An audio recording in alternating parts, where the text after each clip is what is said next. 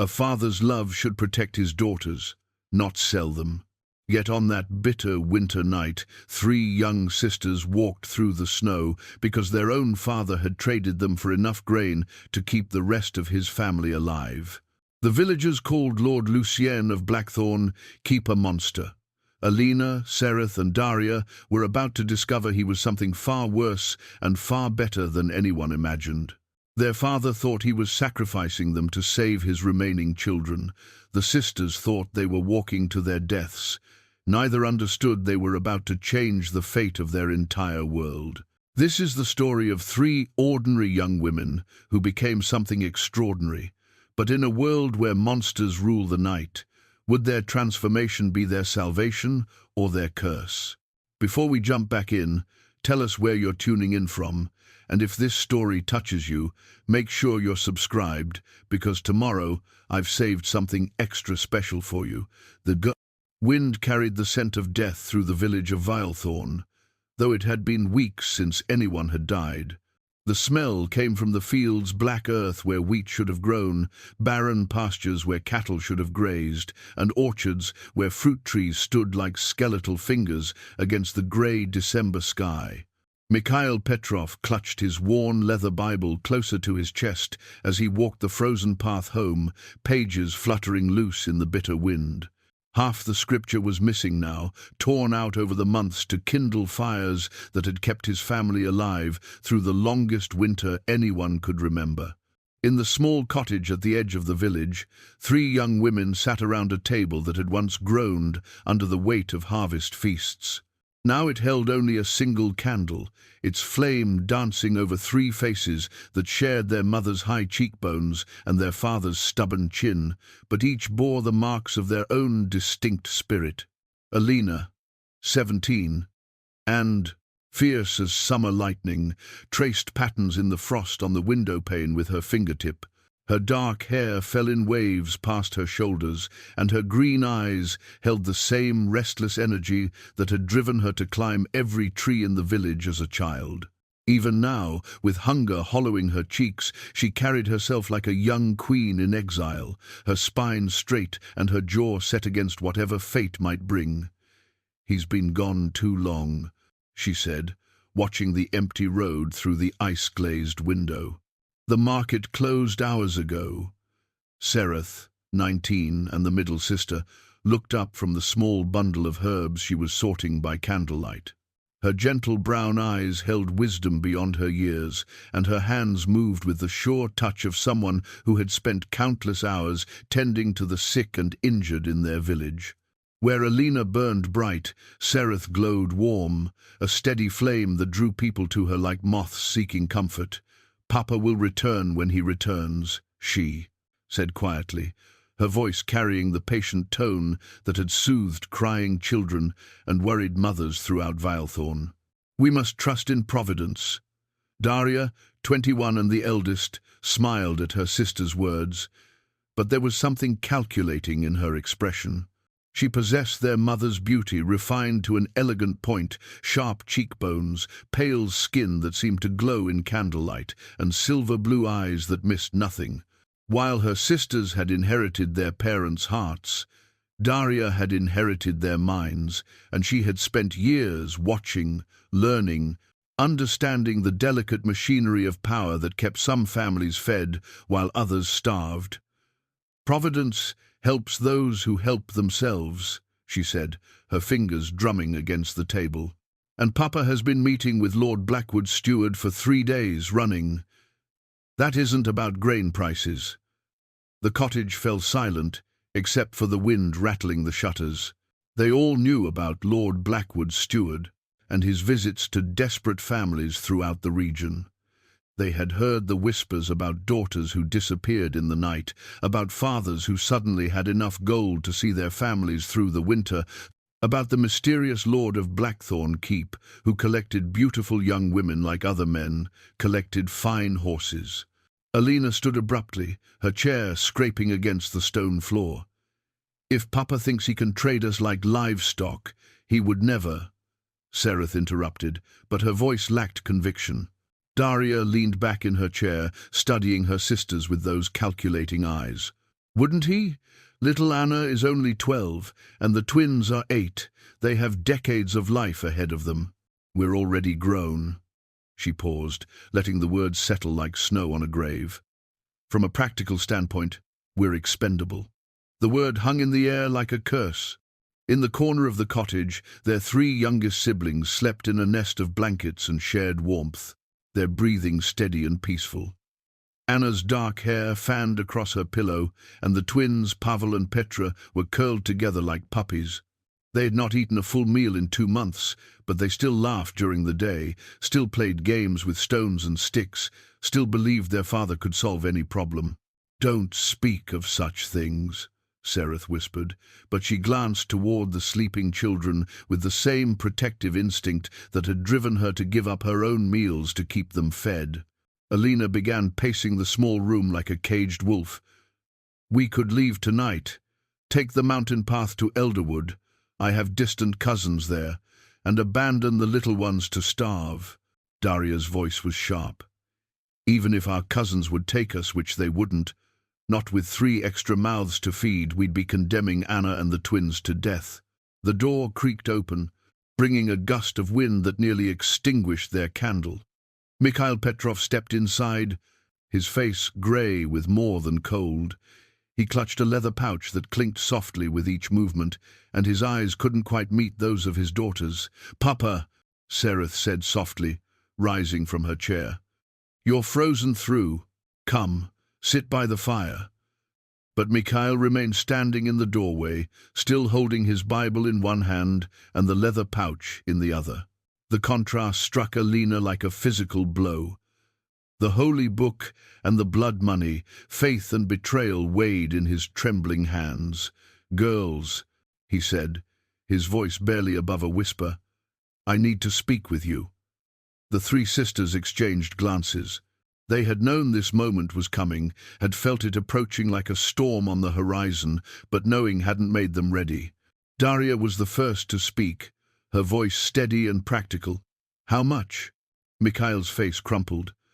"Enough to see the little ones through to spring, enough for seed grain when the thaw comes, enough for medicine if they fall sick."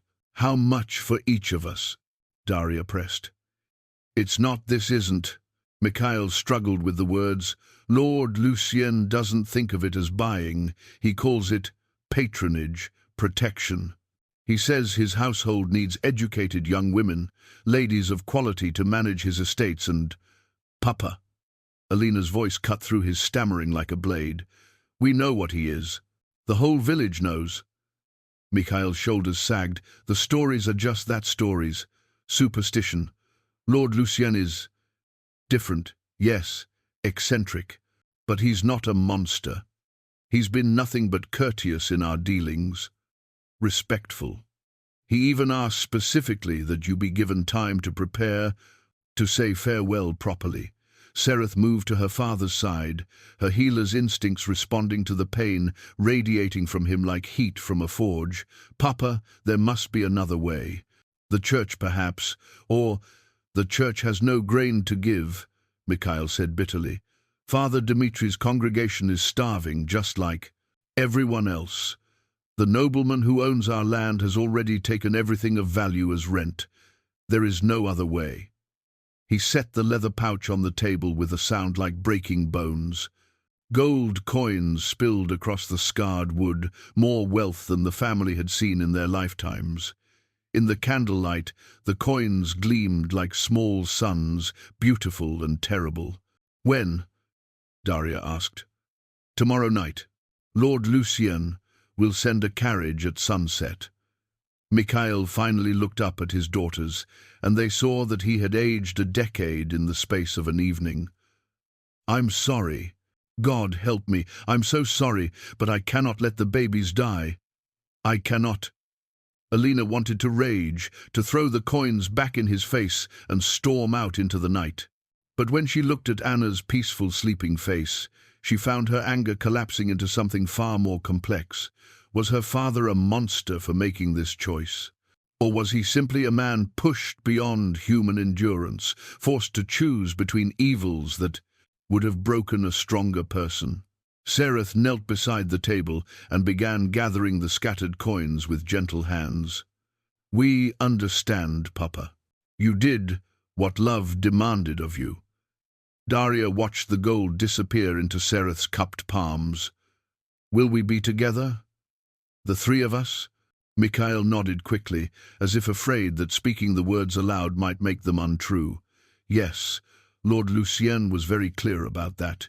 You're to remain together as a family. He values bonds of kinship." "How wonderfully thoughtful of him," Alina said. But there was no bitterness in her voice now, only a strange, hollow calm. She moved to the window again, looking out at the path that led toward the mountains, toward Blackthorn Keep, toward whatever waited for them in the darkness.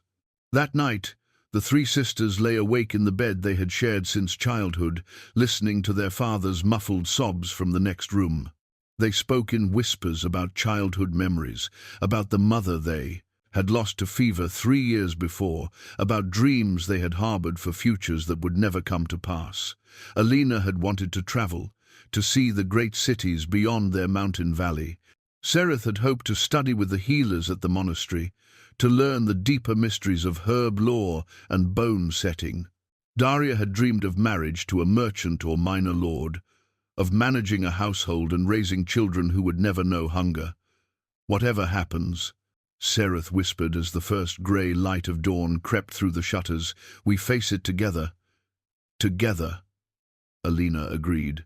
Though her hand moved unconsciously to the silver locket at her throat, their mother's last gift, containing a pressed flower from her bridal bouquet. "Together," Darya echoed, but her eyes were already calculating, already planning. If they were to survive whatever waited at Blackthorn Keep, it would not be through naive hope or sisterly sentiment. It would be through intelligence, through adaptation, through becoming whatever they needed to become. Outside, the wind howled like a living thing, carrying with it the scent of snow and the faint, distant sound of bells. The village of Blackthorn slept fitfully, unaware that come tomorrow evening the three sisters who had helped birth their children, heal their sick, and harvest their meagre crops would be gone forever. But in the cottage at the edge of the village, 3 young women lay awake and prepared to meet their fate with whatever courage they could muster. They were no longer simply Alina, Sereth, and Darya Petrov, daughters of a desperate farmer. They were becoming something else entirely, though none of them yet understood what that might be. The last thing Sereth saw before sleep finally claimed her was the silver locket around Alina's neck, catching the dim morning light like a fragment of captured moon. Their mother's blessing, their father's betrayal, their own uncertain future, all of it balanced on the edge of a single day. Tomorrow the carriage would come. Tomorrow their old lives would end. Tomorrow they would discover what it truly meant to become the stuff of legends. The carriage that arrived at sunset was nothing like the crude farm wagons that usually traveled the mountain roads.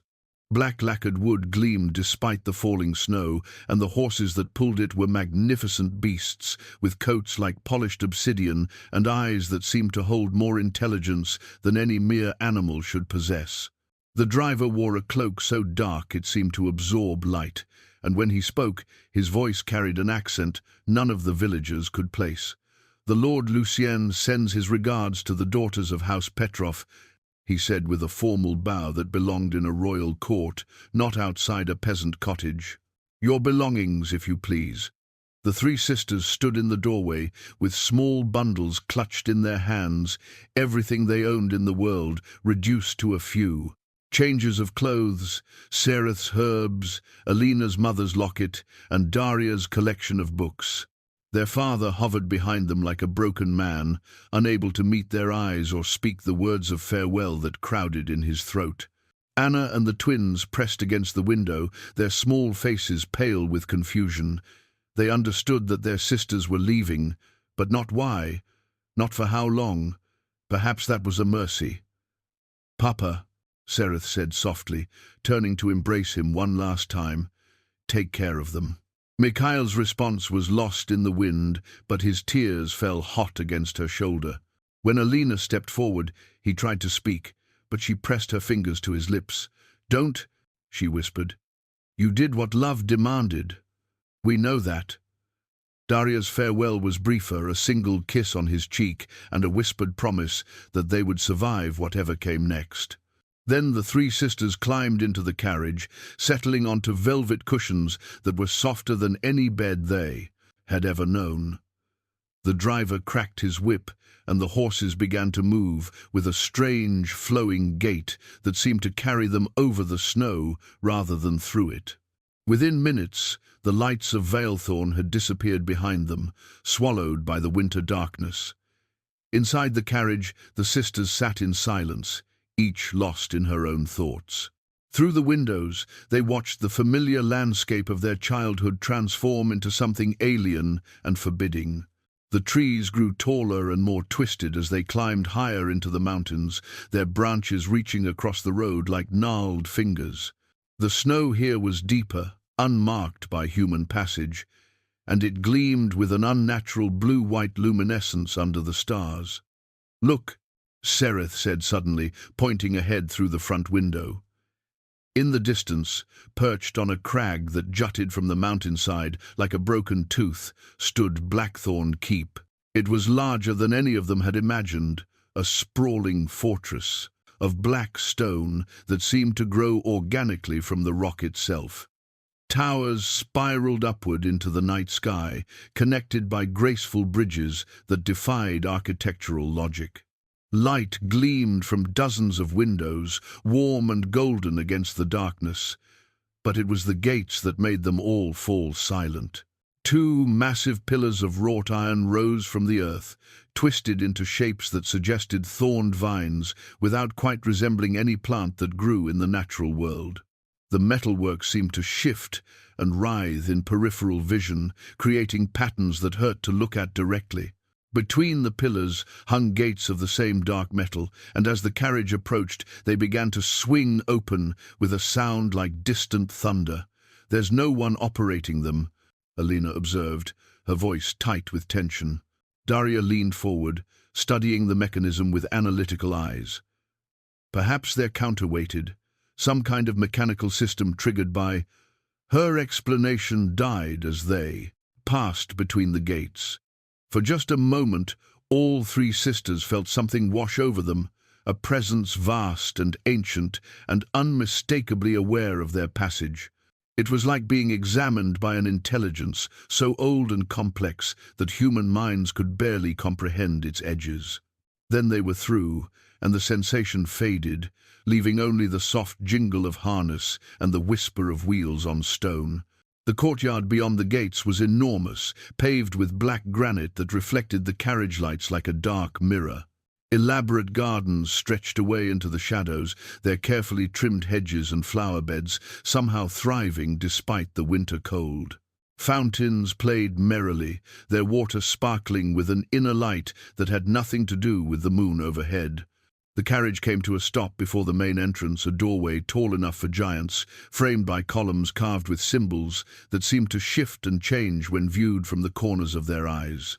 Before any of them could move, the door swung open, revealing not servants but the master of Blackthorn Keep himself. Lord Lucien was not what any of them had expected. The village stories spoke of a monster, a creature of shadow and blood who preyed upon the innocent.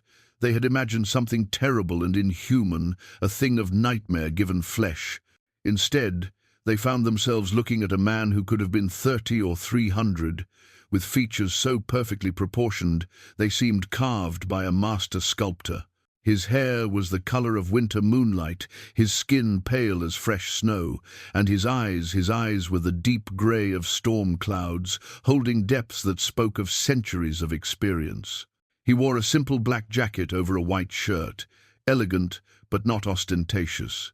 When he moved, it was with the fluid grace of a dancer or a predator, every gesture controlled and purposeful.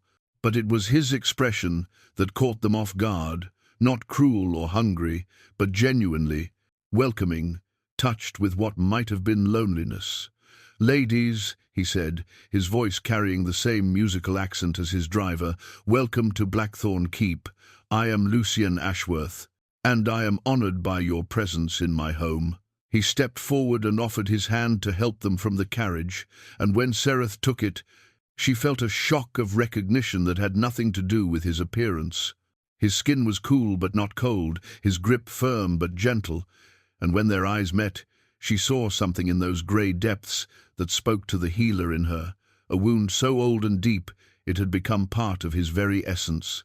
Alina climbed down without assistance, her green eyes studying their host with the same intensity she might use to examine a locked door she intended to open. She noted the way he moved, the way his gaze tracked each of them in turn, the subtle tension in his shoulders that suggested he was as uncertain about this meeting as they were. Darya accepted his offered hand, with practiced grace, inclining her head in the kind of formal acknowledgement she had read about in books but never had occasion to use. When he smiled at the gesture, she saw approval in his eyes, and something else: interest, calculation, the recognition of a kindred spirit. "Your journey was comfortable, I hope?" Lord Lucien asked, as servants materialized from the shadows to collect their meagre belongings. The staff moved with the same fluid grace as their master, and in the flickering torchlight their faces seemed oddly ageless. "Yes, thank you," Sereth replied, falling naturally into the role of spokesperson, "though we confess ourselves uncertain about what you expect of us." Lord Lucien's expression grew thoughtful. "Honesty, that is refreshing and rare in my experience." He gestured toward the massive doors of the keep. "Come, you must be cold and tired. There will be time for explanations once you've had a chance to rest and refresh yourselves."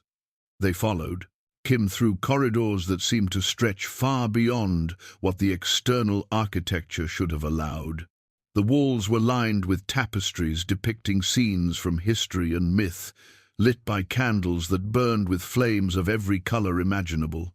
Their footsteps echoed on floors of polished marble, inlaid with patterns of silver and obsidian.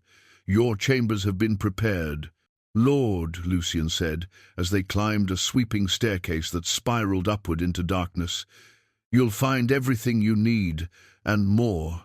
Tomorrow, after you've had time to settle, we can discuss the nature of your stay here." "How long will that be?" Alina asked bluntly. Lord Lucien paused at the top of the stairs, turning to regard her with those storm-grey eyes. "That, my dear Alina, depends entirely upon you and your sisters. I am not in the habit of keeping unwilling guests. But you are in the habit of purchasing young women from desperate fathers," Darya observed, her tone carefully neutral. Rather than taking offense, Lord Lucien smiled, her expression both sad and amused. "I see intelligence runs in your family. Yes, I provided your father with the means to save his remaining children, but I prefer to think of it as an investment in potential rather than a purchase of property." He led them to a suite of rooms that connected through elegantly carved doorways, each chamber appointed with luxuries that surpassed anything in the king's palace. Silk hangings, furniture inlaid with mother-of-pearl, carpets soft as clouds beneath their feet. Fires crackled merrily in marble fireplaces, warming air that smelled of cedar and roses. "Rest well," Lord Lucien said from the doorway. "Tomorrow begins your education in the true nature of Blackthorn Keep, and perhaps, if you are willing, your introduction to possibilities you have never imagined." After he left, the three sisters stood in the center of the main chamber, surrounded by wealth and comfort that felt more alien than poverty ever had. "Well," Darya said finally, sinking into a chair that probably cost more than their cottage, "this isn't what I expected."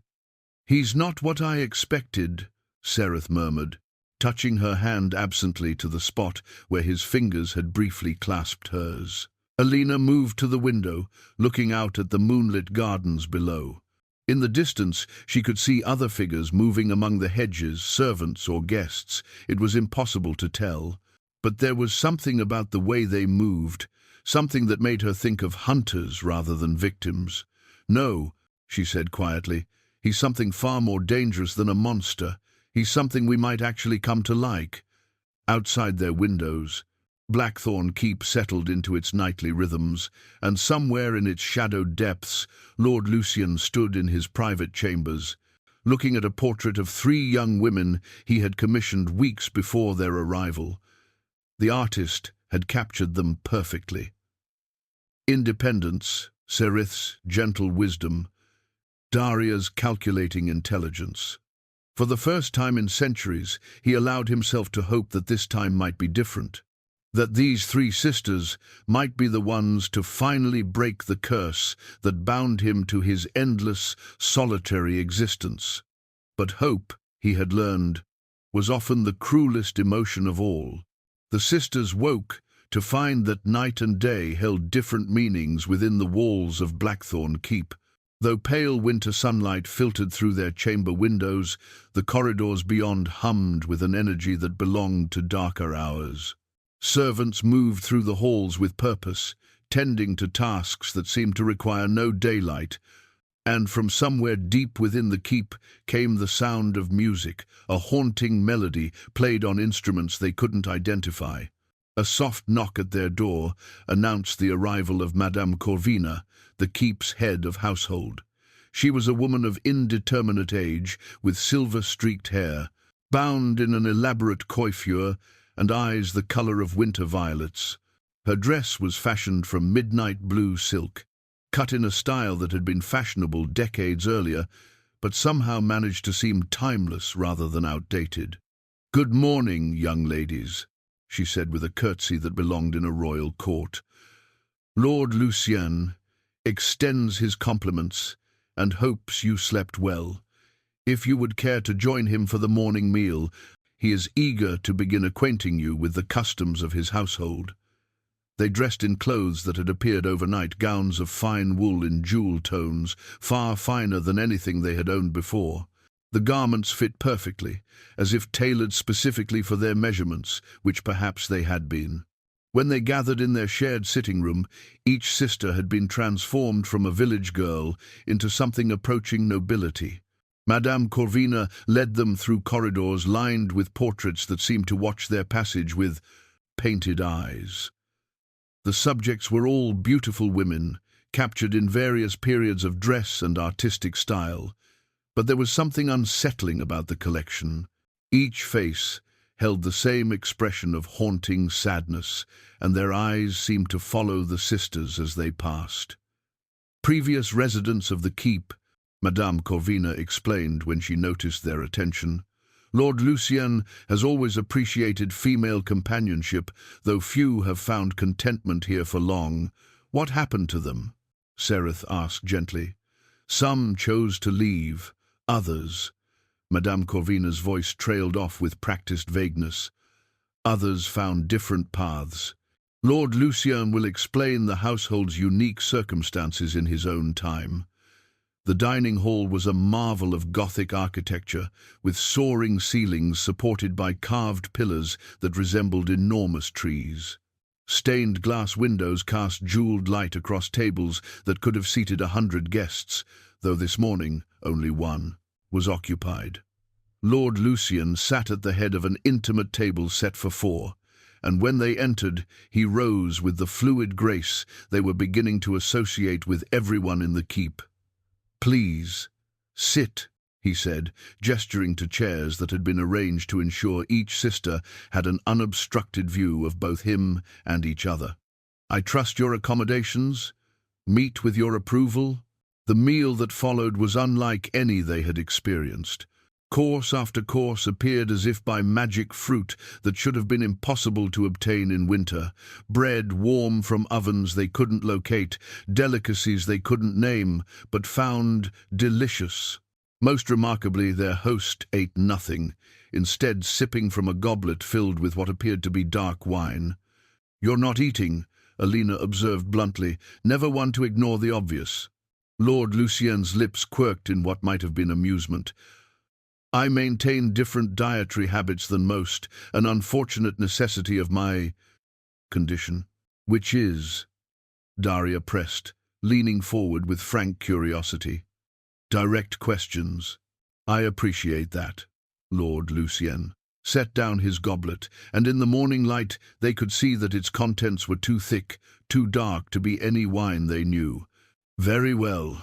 You deserve honesty, though I fear it may strain your credulity. He paused, seeming to choose his words carefully. I am what your village folklore would call a vampire, a creature sustained by blood rather than bread, blessed or cursed with life far beyond the span of ordinary mortals. The three sisters exchanged glances. They had suspected something of the sort, but hearing it spoken aloud was still unsettling. Are we to be your... Sereth hesitated, unable to finish the question. Food? Lord Lucien's expression grew gentle. No, my dear. I have other arrangements for sustenance. What I require from you is something far more precious and far more freely given. Which is, Alina demanded, companionship, understanding, perhaps if fate is kind, something approaching love. His voice carried centuries of loneliness. I have been alone for longer than your village has existed. Solitude is a weight that grows heavier with each passing year.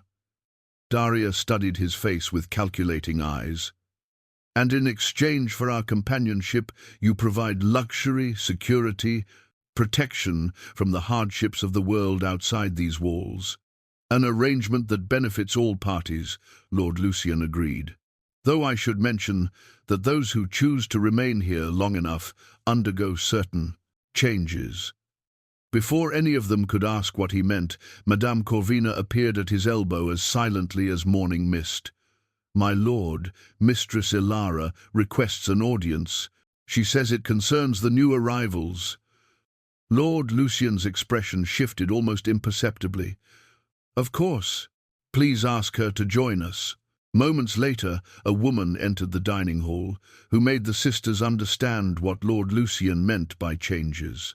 She had been beautiful once, was beautiful still, but it was a beauty that belonged to no living thing. Her skin was pale as porcelain, her hair the color of spun copper, and her eyes held depths that spoke of decades of experience despite her youthful appearance. When she moved, it was with the same fluid grace they had noticed in Lord Lucien and his servants. Ilara, Lord Lucien said, rising to greet her. Allow me to present Alina, Sereth, and Darya Petrov. Ladies, this is Mistress Ilara, who manages many of the keep's practical affairs. Ilara inclined her head gracefully, but her smile revealed teeth that were slightly too sharp, slightly too white. Welcome to Blackthorn Keep. I hope you find it everything you've been promised. Mistress Ilara has been with us for nearly 40 years, Lord Lucien explained. She chose transformation when she was approximately your age, Darya. Transformation, Alina repeated, her hand moving instinctively to the silver locket at her throat. The process by which a mortal becomes something more, Ilara said, settling into a chair with movements that seemed to flow like water.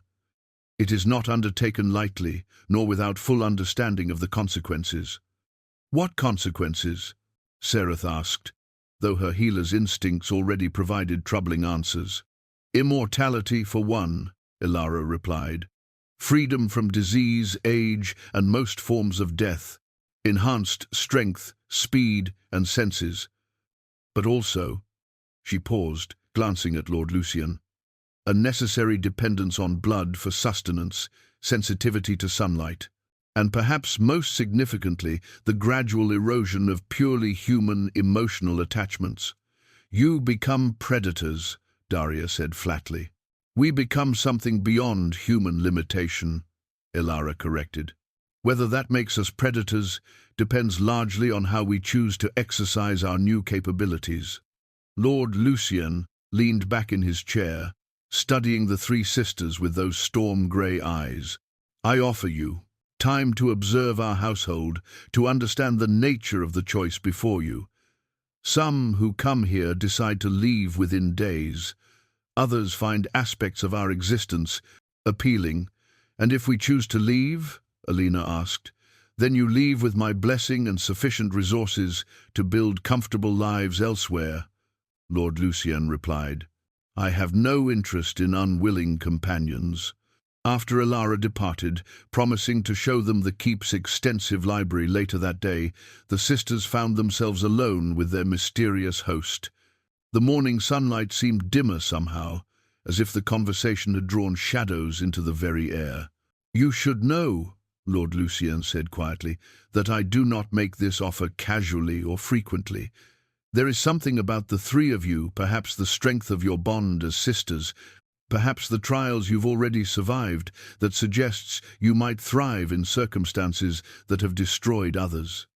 He stood, moving to a window that looked out over the snow-covered gardens. Take your time, learn about us, discover what we might offer you, and what we would ask in return, then make your choice with full knowledge of the consequences. When he had gone, the three sisters sat in silence, surrounded by the remnants of their impossible breakfast and the weight of an impossible decision. Well, Darya said finally, this certainly wasn't in any of the stories.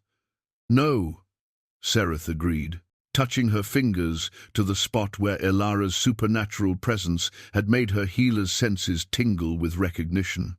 The stories never mentioned that we might actually want to stay. The following days fell into a rhythm unlike anything the sisters had known.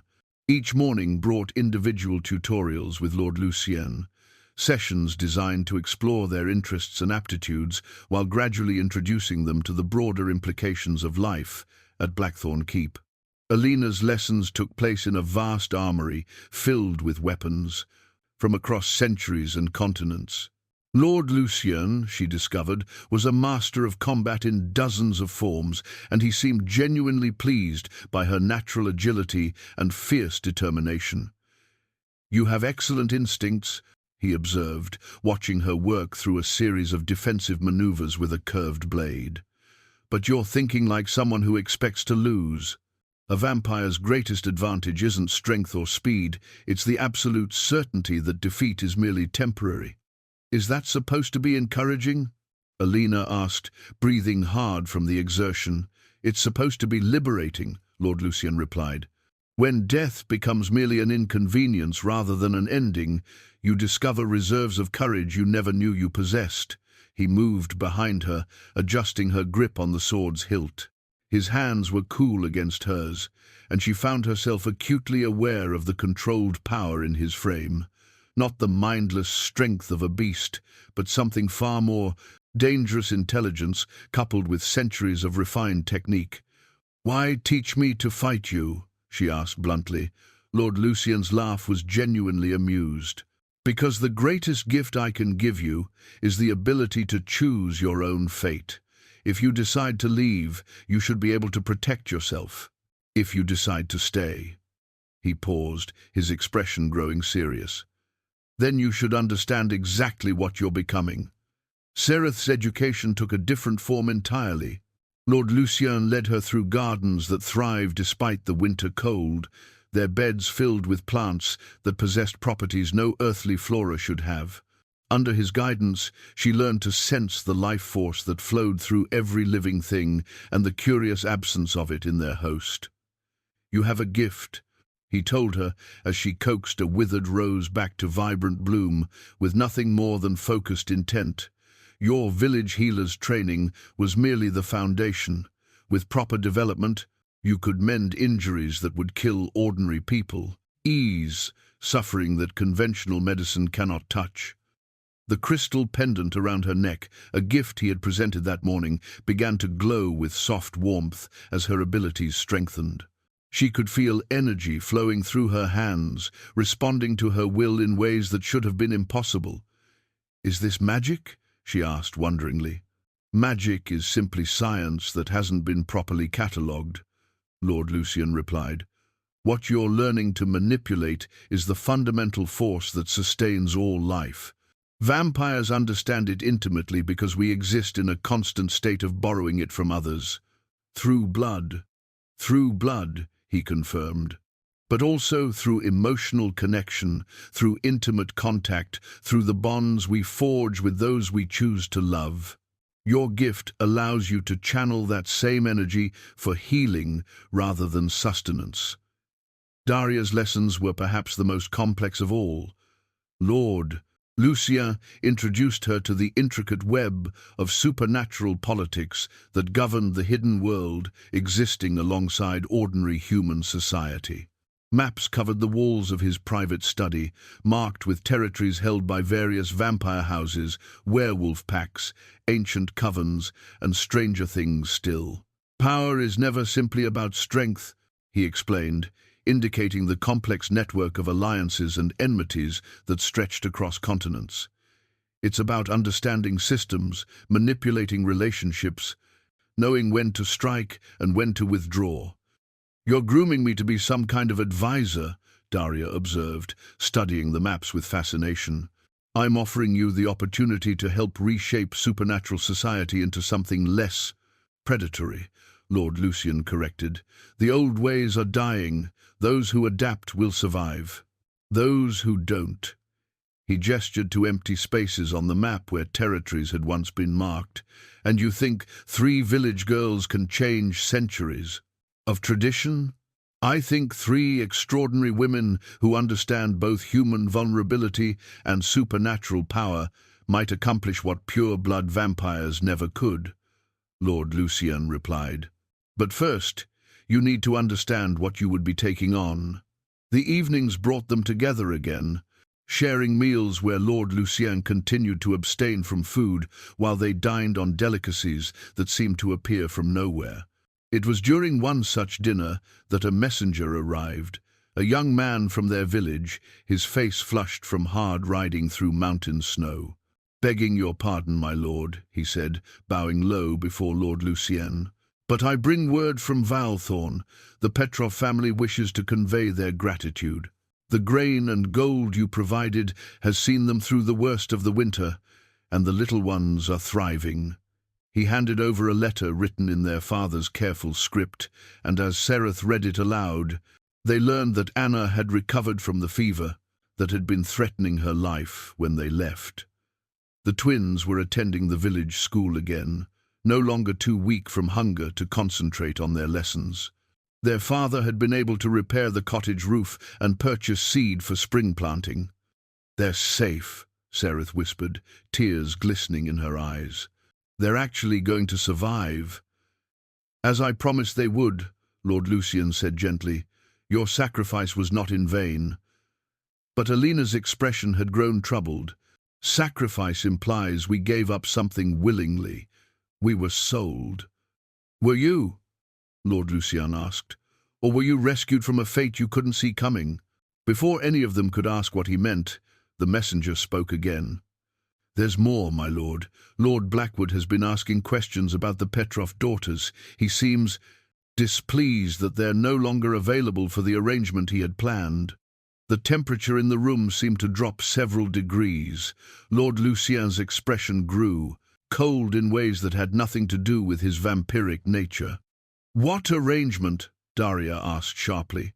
The messenger glanced nervously between them and his host. Lord Blackwood had intended to claim them as payment for their father's debts. There was talk of the eldest daughter becoming his concubine, the others sold to his associates in the capital. The sisters sat in stunned silence.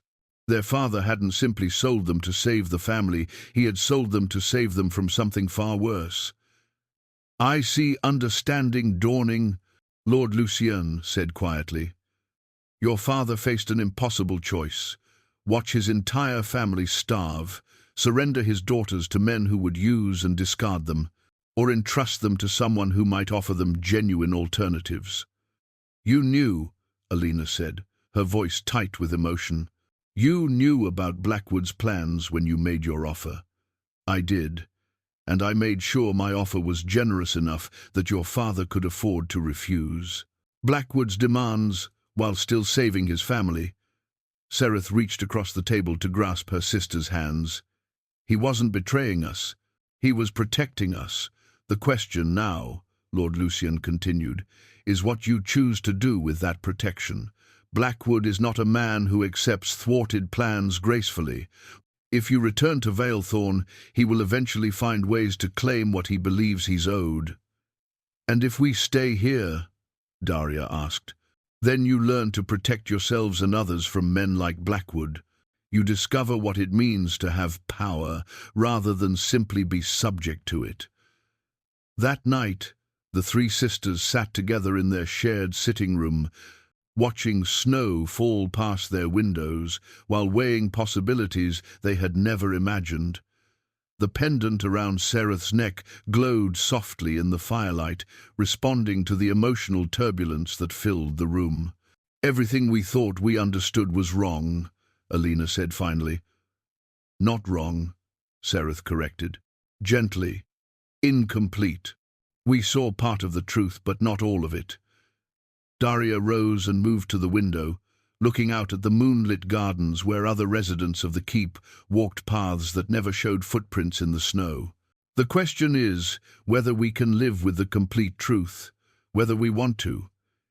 In the distance, something howled, not a wolf, but something far stranger and more dangerous.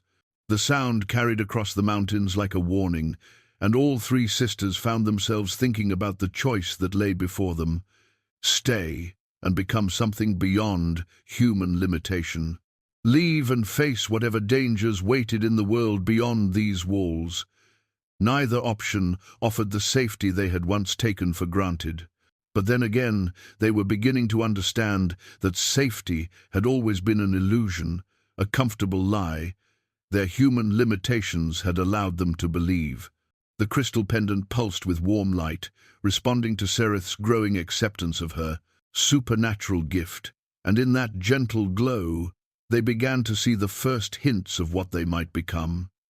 The transformation began with Darya, though none of them recognized it at first. It started as heightened awareness during her evening walks through the keep's gardens, shadows that seemed more distinct, sounds that carried farther than they should, the ability to sense movement in rooms she couldn't see. She found herself staying awake later into the night, drawn to the moonlit corridors where other residents of the keep moved with their strange, fluid grace. Lord Lucien noticed the changes before her sisters did.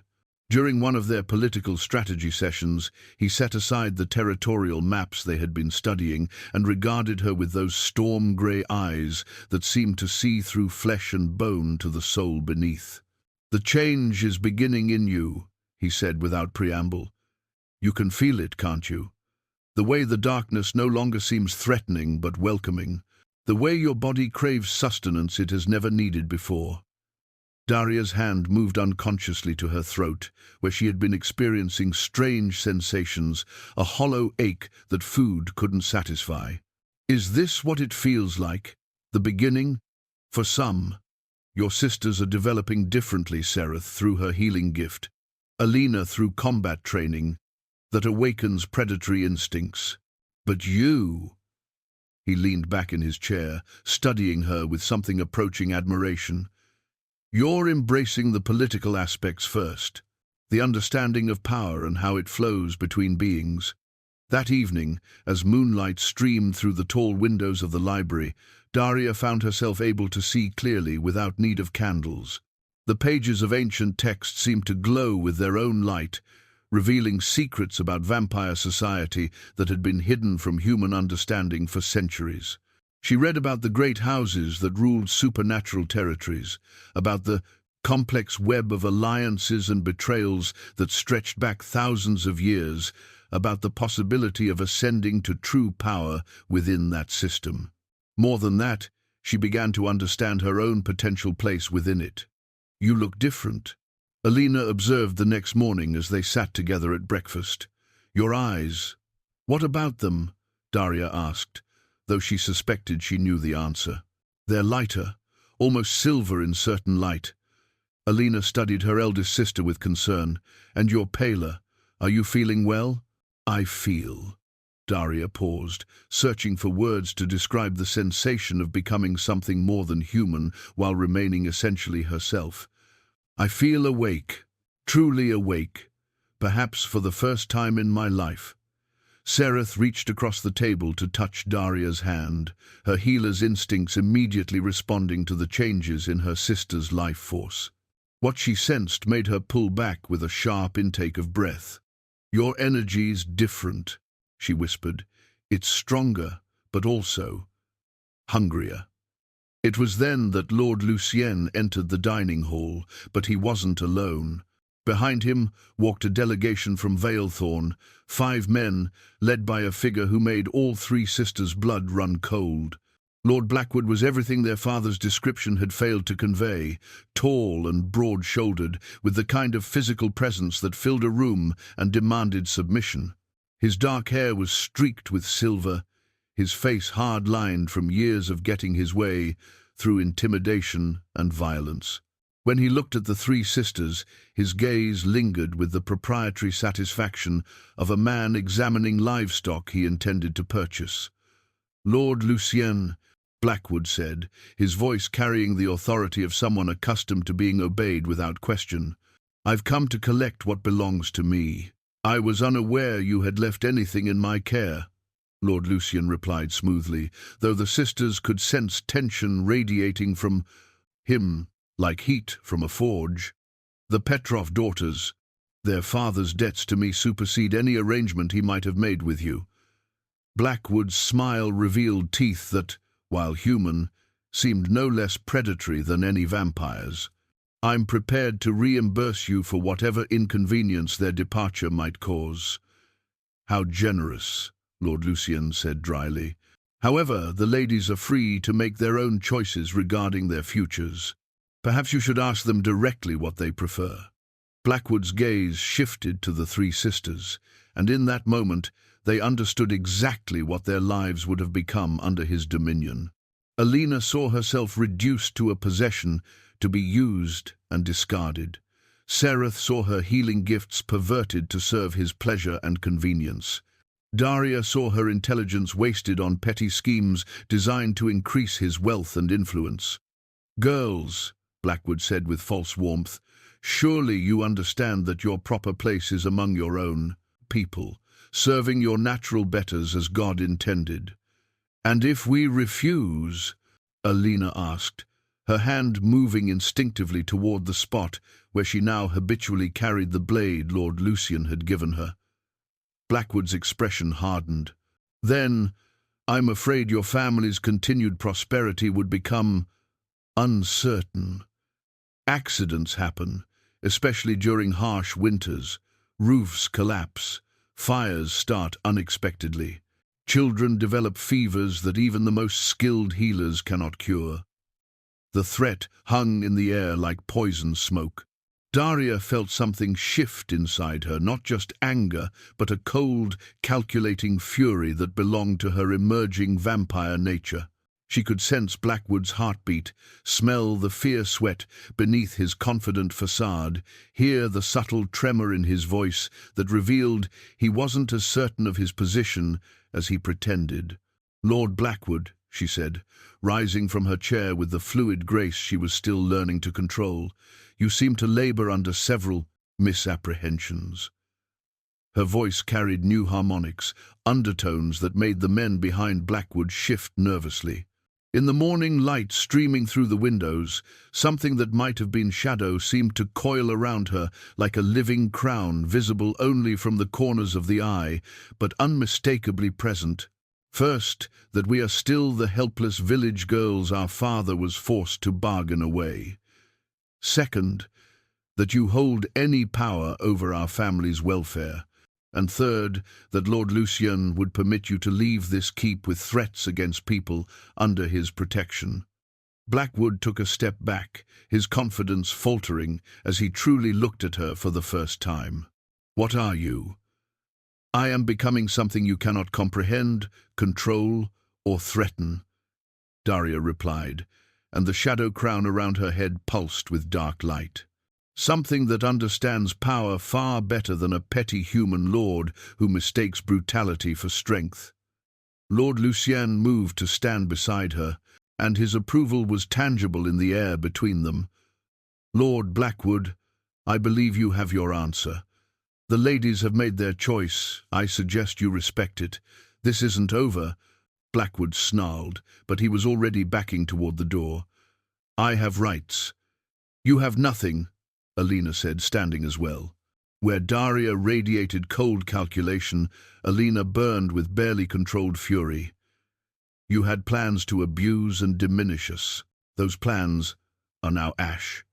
Sereth remained seated, but her healing pendant blazed with light as she extended her supernatural senses throughout the room.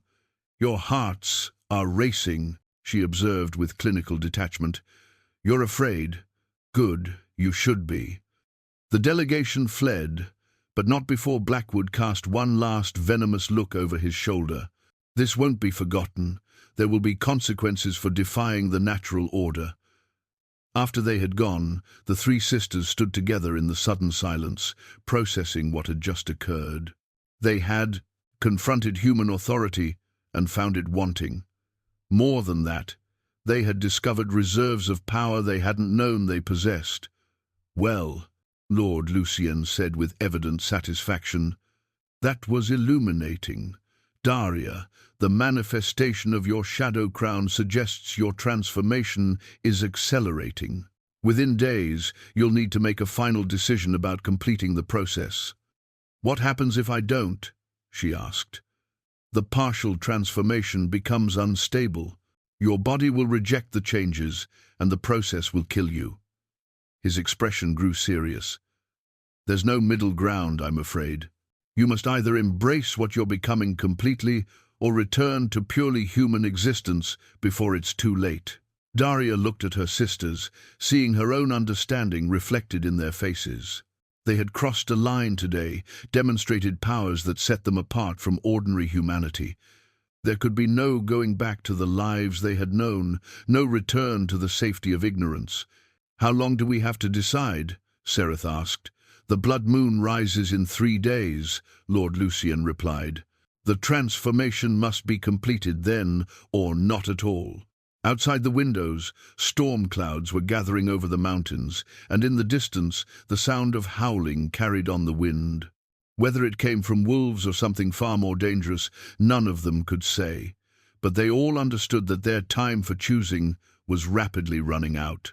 The mirror of truth appeared in their chambers 3 days before the blood moon, standing in an ornate frame that seemed to shift between silver and black, depending on the angle of view. Lord Lucien introduced it without ceremony, as if ancient magical artifacts were commonplace furnishings. Before you make your final decisions, he said, his voice carrying the weight of centuries, you should understand what you truly desire. This mirror shows not reflections, but the deepest longings of the heart. What you see may surprise you. Alina approached first, drawn by the same reckless courage that had always defined her. In the polished surface, she expected to see herself as she was a young woman caught between worlds, struggling with an impossible choice. Instead, she saw herself standing in a village square, but not Blackthorn.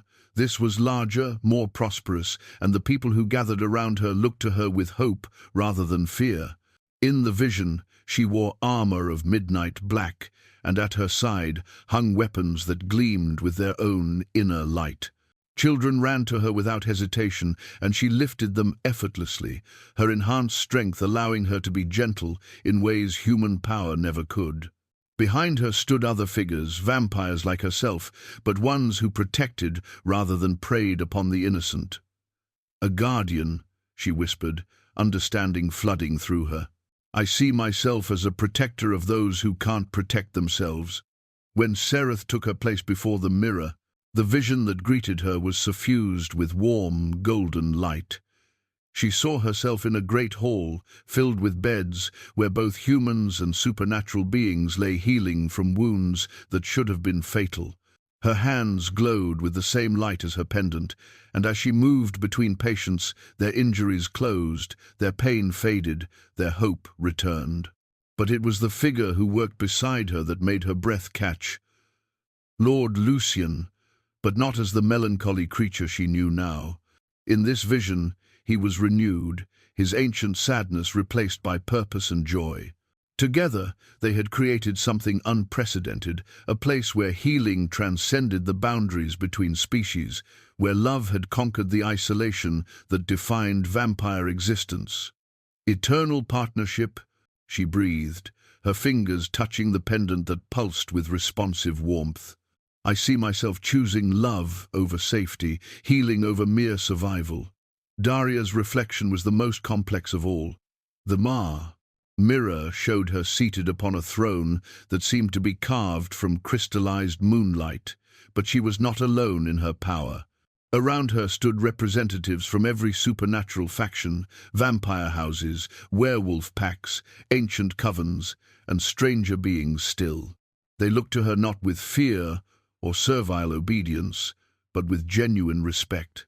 In this vision, she had become something that had never existed before, a vampire queen whose authority came not from fear or brutality, but from wisdom and the ability to forge unity among traditionally hostile factions. The political maps she had studied with Lord Lucien were replaced by something far grander.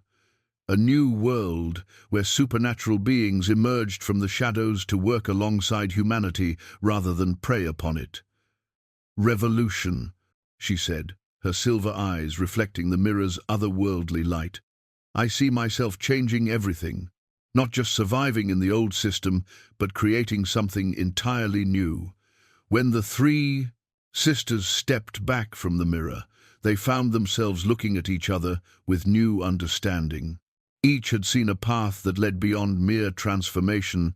They had glimpsed the possibility of becoming legends. "The mirror shows what your souls truly desire," Lord Lucien explained. "Not fantasies or wishes, but the deepest currents of your authentic selves. What you've seen represents the potential that drew me to make my offer in the first place." That evening, as they prepared for what might be their last human meal together, a commotion in the courtyard drew their attention to the windows. Torches blazed in the darkness, and the sound of multiple horses echoed off the keep's walls. But these were not more human visitors like Lord Blackwood's delegation. The creatures that emerged from the shadows moved with the same fluid grace as Lord Lucien, but where he radiated controlled power, these beings emanated barely contained hunger. They were beautiful in the way that predatory things often are: sharp, elegant, and utterly without mercy. "Who are they?" Alina asked, her hand instinctively moving to her weapon. Lord Lucien's expression had grown cold. "The Crimson Court. They rule the largest vampire territory in Eastern Europe, and they have come because word has spread about my experiment with willing transformation." The leader of the delegation was a woman who might have been stunning once, before centuries of feeding on fear and pain had twisted her beauty into something alien and terrible. Lady Cassandra wore her cruelty like others wore jewelry, openly, proudly, as a mark of status. "Lucien," she said as she entered the dining hall without invitation, her voice carrying accents from a dozen different centuries. "Still playing with your food, I see. How delightfully. Quaint. Cassandra." Lord Lucien rose, but his posture spoke of confrontation rather than welcome. "To what do I owe the honor of this unannounced visit? We've heard the most fascinating rumors about your latest acquisitions. 3 human sisters undergoing voluntary transformation. The notion is so absurd that we simply had to see for ourselves." Her gaze swept over the 3 sisters, and they felt the weight of predatory assessment. Unlike Lord Lucien's complex evaluation that acknowledged their individual worth, this creature saw them only as potential assets or threats. "They're quite lovely," Lady Cassandra observed. "A pity you've filled their heads with romantic nonsense about choice and partnership. Such concepts make vampires weak, Lucien. Surely the centuries have taught you that much. The centuries have taught me that strength without purpose becomes mere destruction," Lord Lucien replied evenly. "These 3 represent something new, the possibility of vampire evolution rather than stagnation." "Evolution?" Lady Cassandra's laugh was like breaking glass. "You mean corruption. True vampires take what they desire and discard what no longer serves them. We are apex predators, not partners to cattle. Darya felt her emerging vampire nature respond to the insult with cold fury.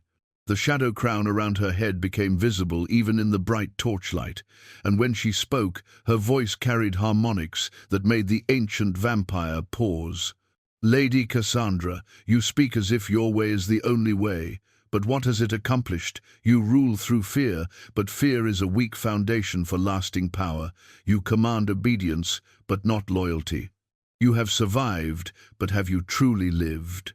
Impudent child, Lady Cassandra snarled, moving with inhuman speed toward Darya. She never reached her target.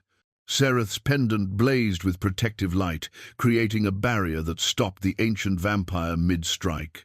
Alina's blade sang from its sheath, the steel gleaming with properties that made Lady Cassandra hiss and recoil.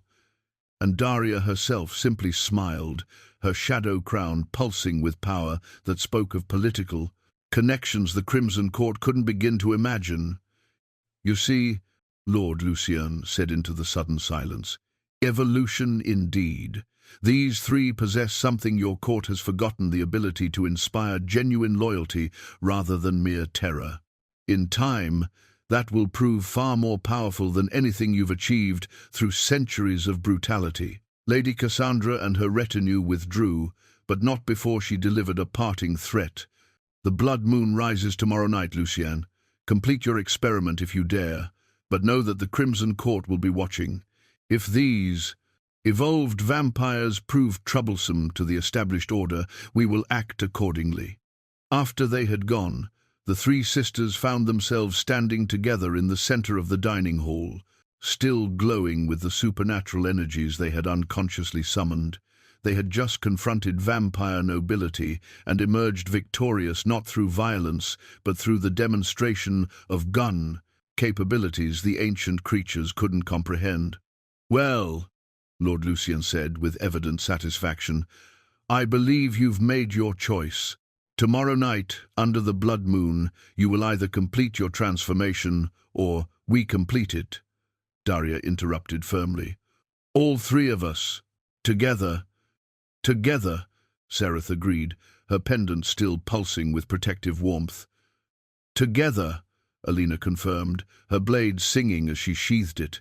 In the mirror that still stood in their chambers, new reflections were already beginning to form, visions of the legends they would become, the world they would reshape, the bonds that would prove stronger than any curse or ancient tradition.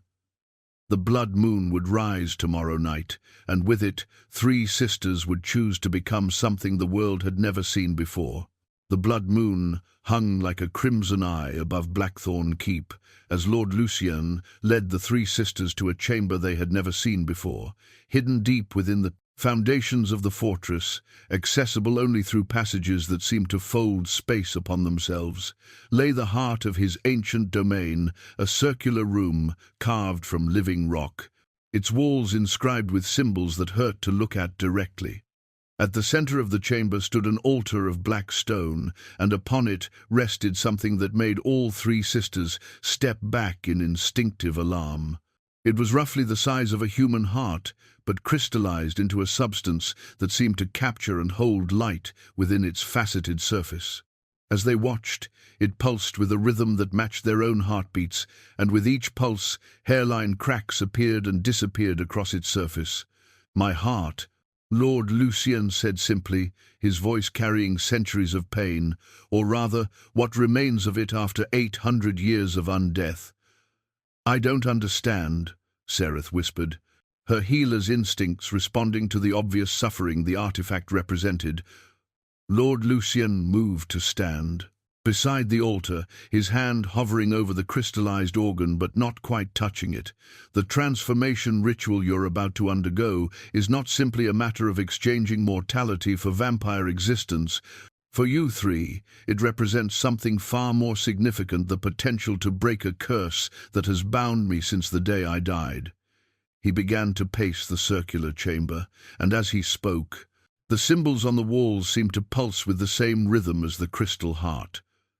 I was not born a vampire. I was made one through a combination of choice and desperate circumstance. The woman I loved, Isadora, was dying of a plague that had already claimed half our city. In my desperation to save her, I sought out a vampire lord who promised me the power to heal her condition. But there was a price, Darya said, understanding beginning to dawn in her silver eyes.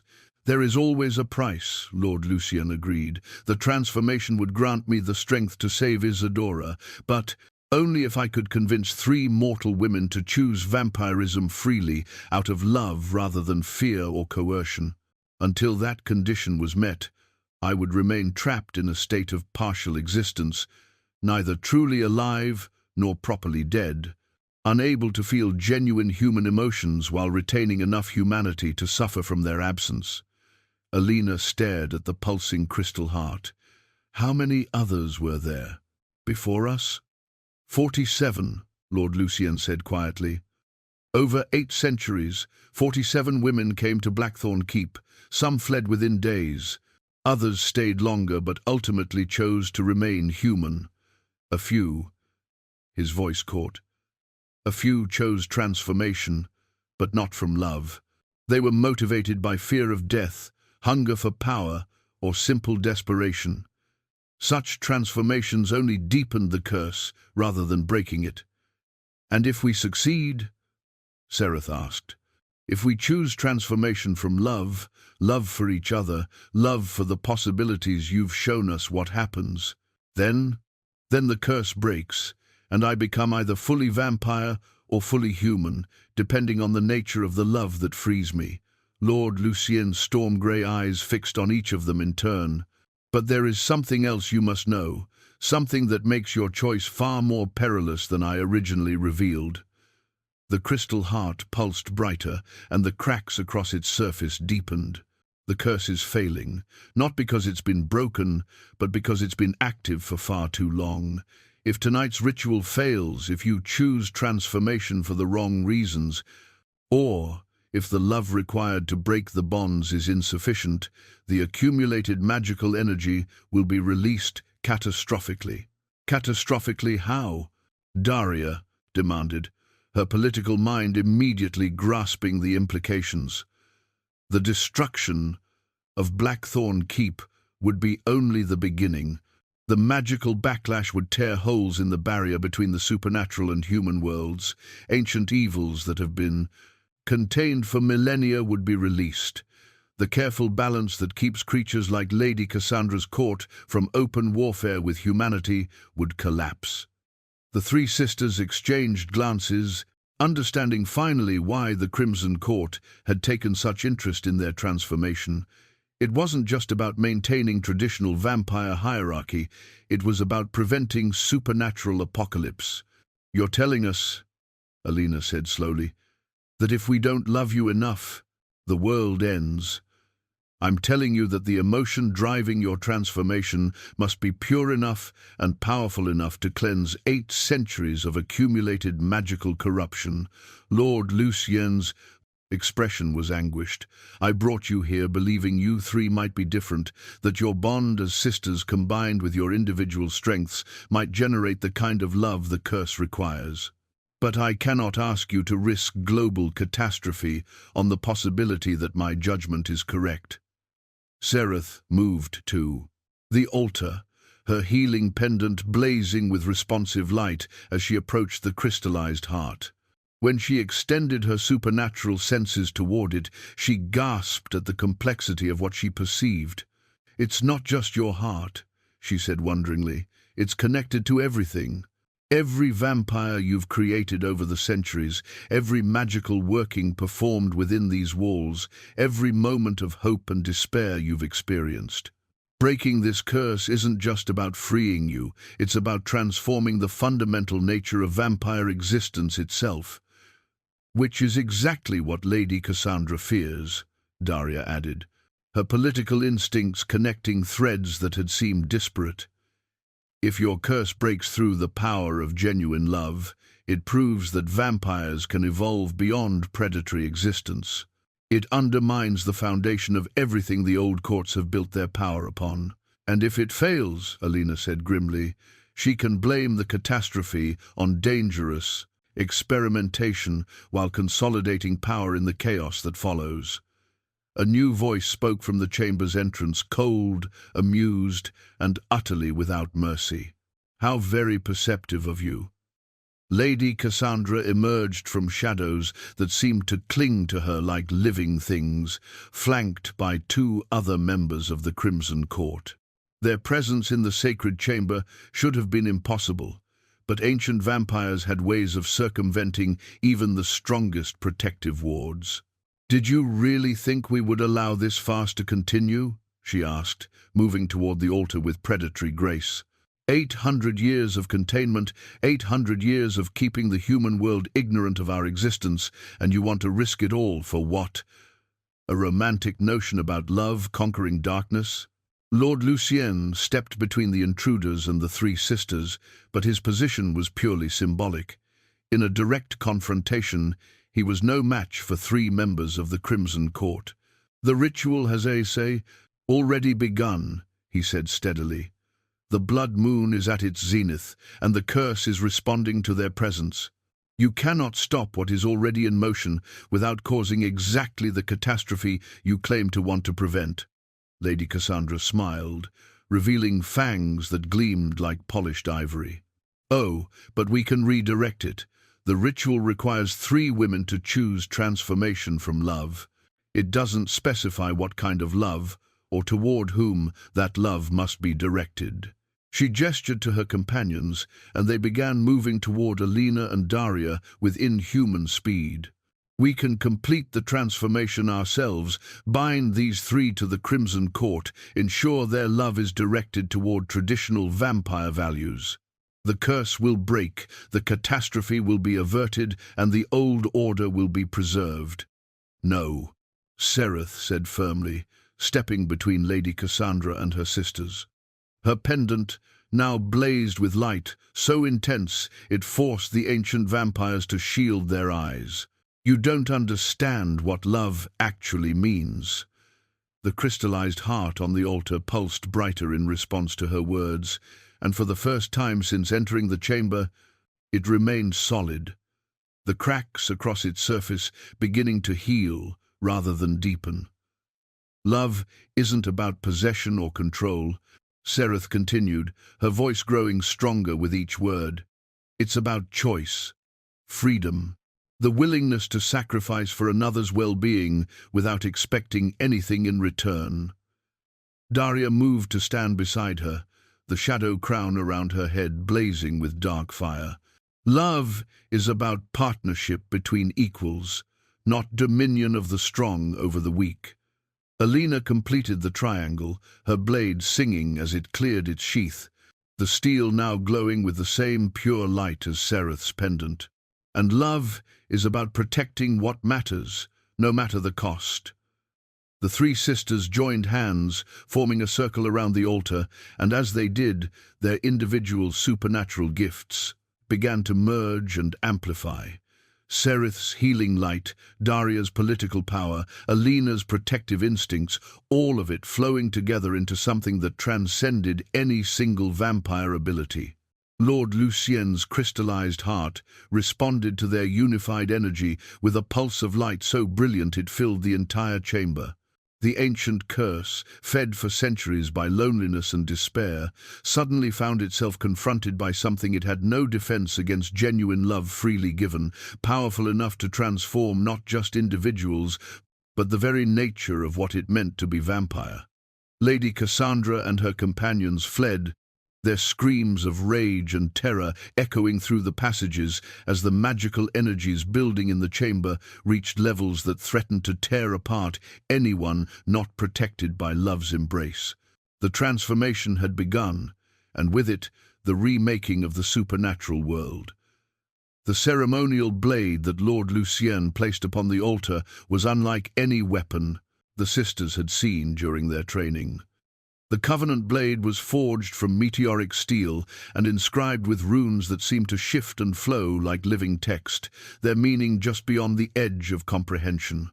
Its edge gleamed with an inner light that pulsed in rhythm with the crystallized heart, and when Lord Lucien's fingers closed around its hilt, both artifacts resonated with harmonic frequencies that made the air itself sing. "The transformation cannot be undone once begun," he said solemnly, his storm-grey eyes reflecting the crimson light of the blood moon streaming through crystal windows set high in the chamber's dome. "Each of you must cut your palm and let your blood mingle with mine upon the heartstone while speaking the words of willing change. But before you do, I must ask one final time, are you certain this is what you desire?" The question hung in the air between them like an unsheathed blade. They had come so far from the frightened village girls who had walked through snow to reach Blackthorn Keep, but the magnitude of what they were about to do seemed to expand with each heartbeat. Immortality, supernatural power, the complete abandonment of everything they had once been. Alina was the first to break the silence. "I've spent my whole life feeling trapped by circumstances beyond my control. Poverty, gender, the limitations of being born in a place where dreams were luxuries we couldn't afford. You're offering me the power to protect others from those same limitations. How could I refuse?" She stepped forward and took the blade from Lord Lucien's hand, testing its weight with the instincts of someone who had learned to trust her weapons completely. The steel felt warm against her palm, and when she drew it lightly across her skin, the cut was clean and precise, beading with blood that seemed to glow in the moonlight. "I choose transformation," she said clearly, letting her blood drip onto the crystallized heart. "Not from fear of death, but from love of life, all life that deserves protection." The heart pulsed brighter, and the cracks across its surface continued to heal with each drop of her blood. The chamber filled with harmonics that seemed to come from the very stones of the keep, and Lord Lucien's expression showed wonder mixed with desperate hope. Sereth took the blade next, her healer's hand steady despite the magnitude of what she was about to do. "I've always known that my purpose was to ease suffering wherever I found it. But human limitations mean I can only heal so much, save so few. With vampire abilities enhanced by genuine love." She paused, meeting Lord Lucien's eyes with complete certainty. "I could create healing centers throughout the world, places where supernatural and human medicine work together instead of in opposition." Her blood joined Alina's upon the heartstone, and the resonance grew stronger. The symbols carved into the chamber walls began to glow with their own light, and somewhere in the distance they could hear the sound of bells, not human bells, but something far older and more primal. "I choose transformation," Sereth said, her voice carrying the absolute conviction that came from a lifetime of following her calling. "From love of healing, from love of the partnership we could build together, from love of the impossible made possible." When Darya took the blade, she held it for a long moment, studying its gleaming edge with eyes that had grown silver as moonlight. Her transformation was already the most advanced. The shadow crown around her head was now visible even in bright light, and her movements carried the fluid grace of someone no longer entirely bound by human limitations. "I see further than I ever could as a mortal," she said finally. "I understand political currents that span centuries, power structures that influence entire species, possibilities for change that could reshape the world. The old vampire courts rule, through fear and isolation, keeping supernatural beings locked in endless cycles of predation and concealment." She drew the blade across her palm with surgical precision, her blood darker than her sister's, already carrying traces of the vampiric essence flowing through her veins. "I choose transformation from love of revolution," she declared, letting her blood complete the trinity upon the crystallized heart. "From love of a future where power serves growth instead of stagnation, where supernatural beings emerge from shadows to build something better alongside humanity instead of despite it." The moment her blood touched the heartstone, The chamber exploded into light and sound that transcended anything merely physical. The crystallized heart cracked completely open, revealing not emptiness, but a pulsing organ of pure energy that seemed to contain entire galaxies in its beating depths. Lord Lucien cried out not in pain, but in the overwhelming relief of someone feeling genuine emotion for the first time in 8 centuries. But their moment of triumph was shattered by the sound of splintering stone and inhuman roars of fury. Lady Cassandra had returned, and she had brought reinforcements. The Crimson Court poured into the sacred chamber like a tide of elegant destruction, dozens of ancient vampires whose power had been refined over millennia of predatory existence. They moved with coordinated precision, surrounding the altar and the 4 figures who stood beside it. "Enough of this madness," Lady Cassandra snarled, her beautiful features twisted by rage that had moved far beyond mere political concern into something approaching religious fanaticism. "You want to break the old ways? To prove that vampires can evolve beyond their fundamental nature? Let us demonstrate why the old ways have endured for so long." She gestured, and half her court moved toward the 3 sisters with inhuman speed. But something had changed in the chamber's fundamental nature. The energy released by the opening of Lord Lucien's heart had created fields of power that responded to the sisters' unified will, and when the ancient vampires tried to reach them, they found themselves moving through air that had become thick as honey. "You don't understand," Sereth said, her voice carrying harmonics that made several of the attackers stagger backward. "The transformation isn't making us like you. It's making us into something entirely new." Her pendant blazed with light that revealed the true forms of their attackers, not the elegant predators they appeared to be, but withered things sustained by centuries of feeding on fear and pain. In the presence of genuine love and willing sacrifice, their beautiful facades flickered like failing glamour.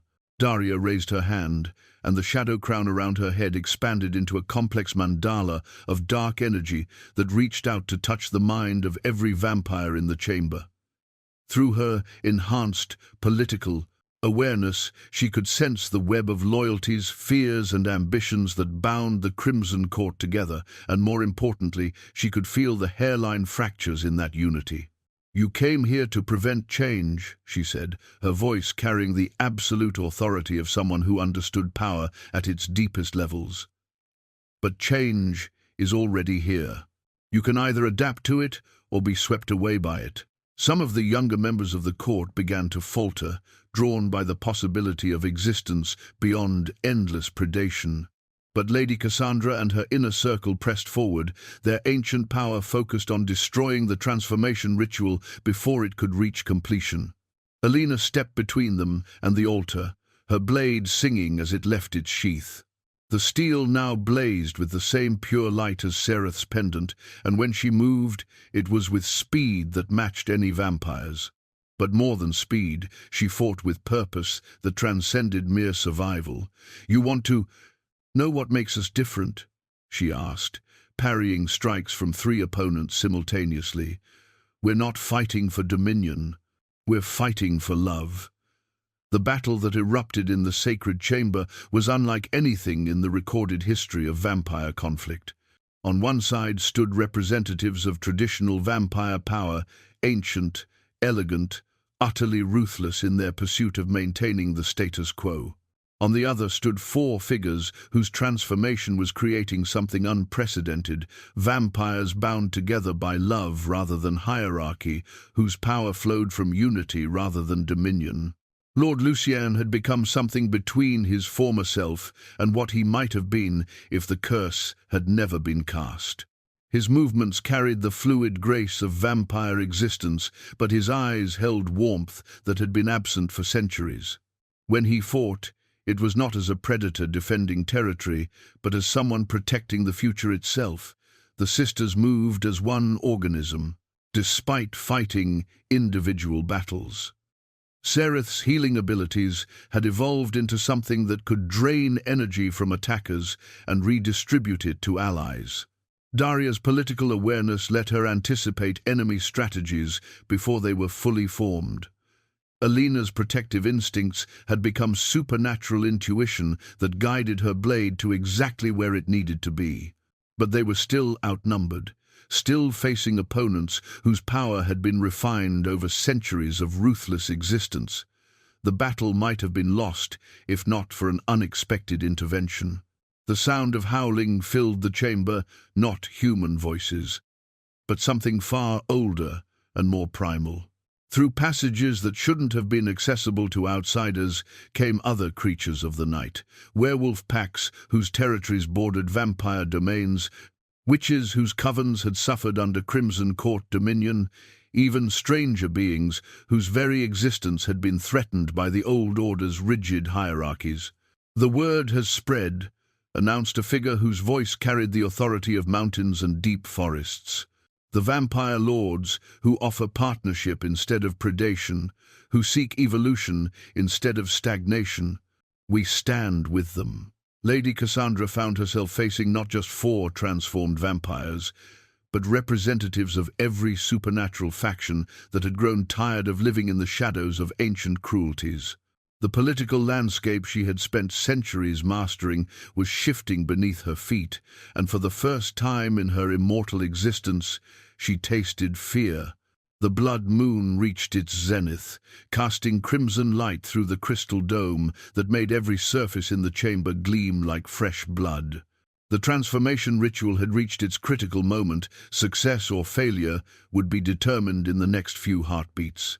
And in the center of it all, 3 sisters who had once been powerless village girls stood ready to complete their metamorphosis into legends.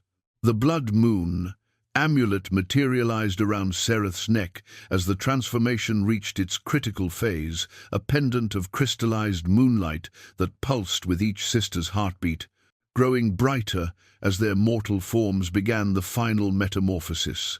Lord Lucien's freed heart energy flowed through the chamber like liquid starlight, seeking the 3 women who had chosen love over fear, evolution over stagnation. Alina felt the change begin as liquid fire in her veins.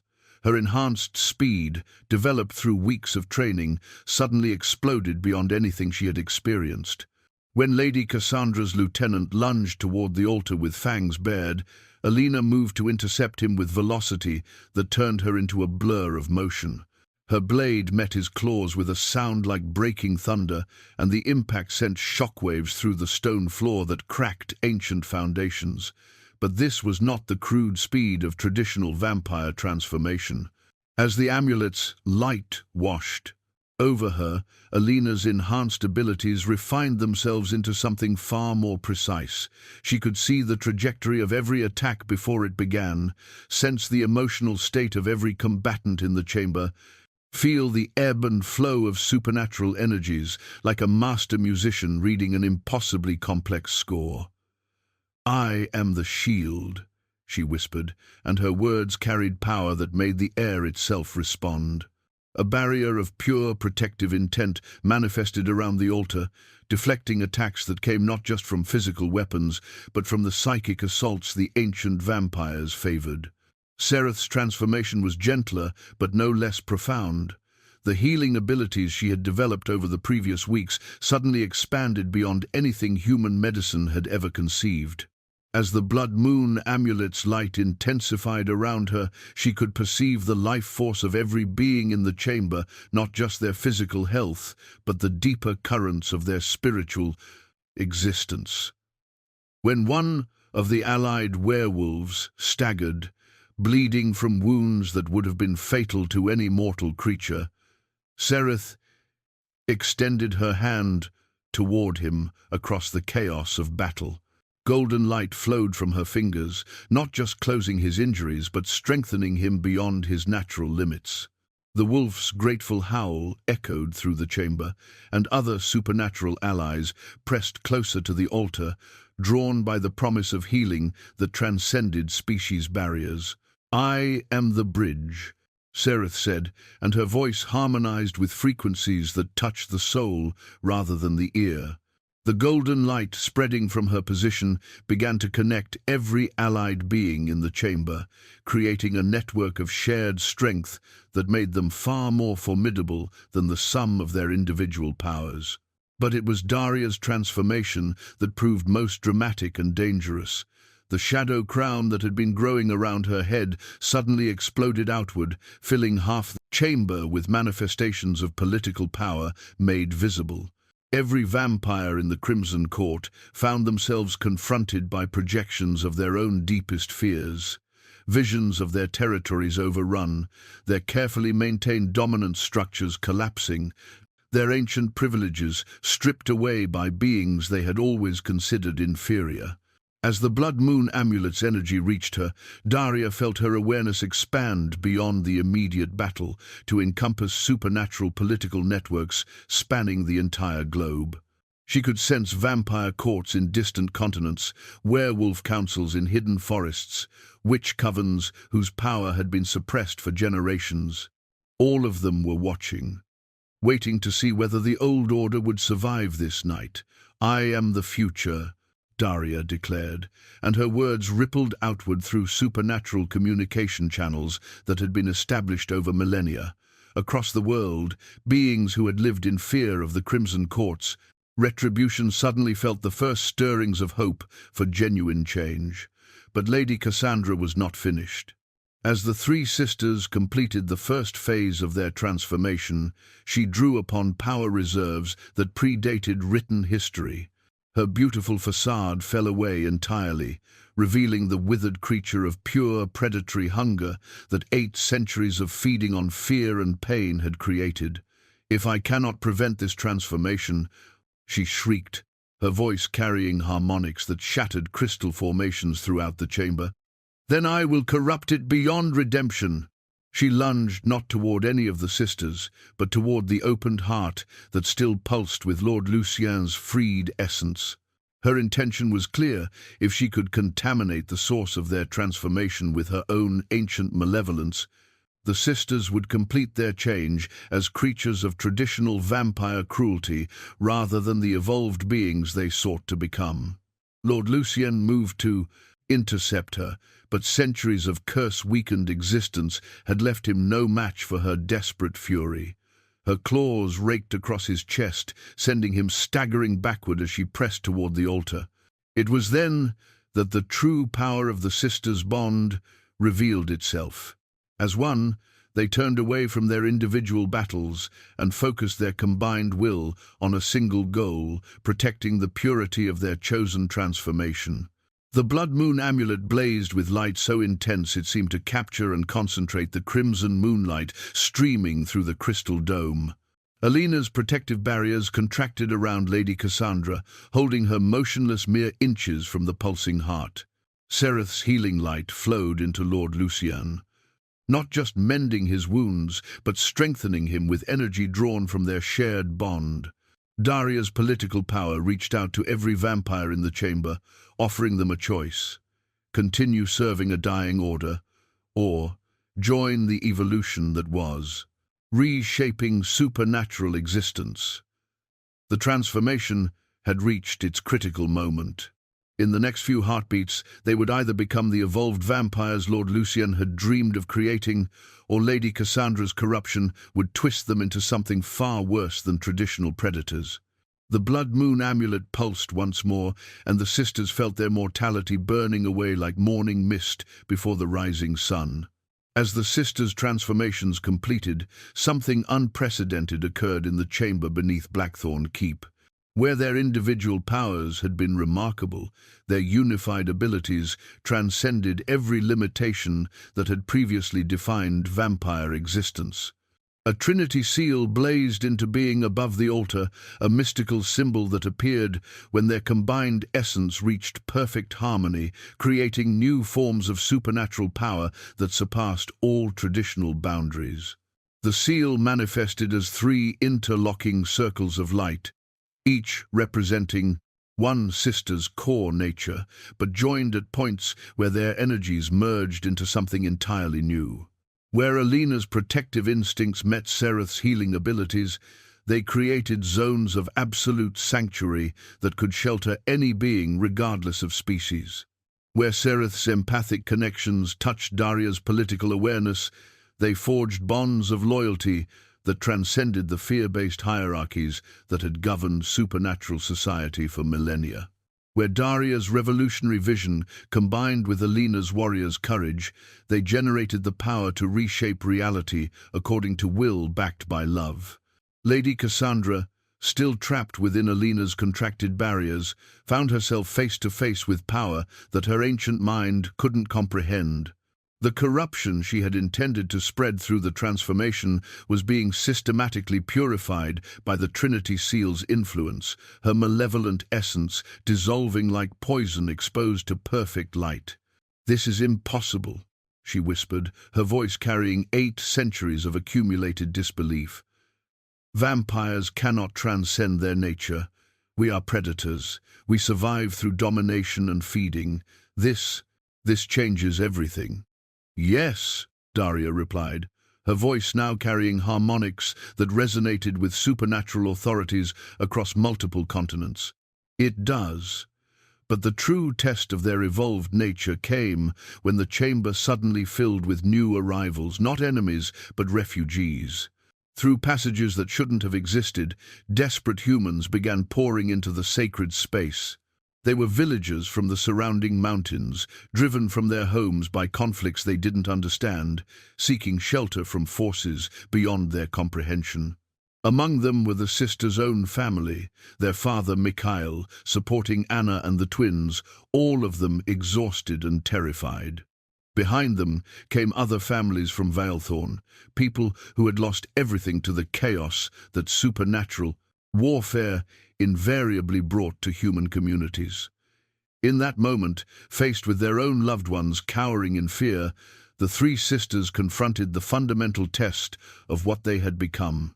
Traditional vampires would have seen the humans as potential food sources, problems to be eliminated, or tools to be used. The old ways offered clear, simple solutions, based on the principle that supernatural beings were inherently superior to mortal ones. Instead, the Trinity Seal pulsed brighter, and the sisters felt their new nature crystallizing around a completely different set of principles. Alina moved first, but not with predatory intent. Her enhanced protective abilities extended outward to envelop every human in the chamber, creating zones of safety that could withstand any supernatural assault. More than that, her presence calmed their terror, replacing panic with the deep certainty that they were being guarded by someone who valued their lives above her own. "I protect the innocent," she said, and her words became binding magical law within the chamber's confines. "All innocents of every species, in every circumstance."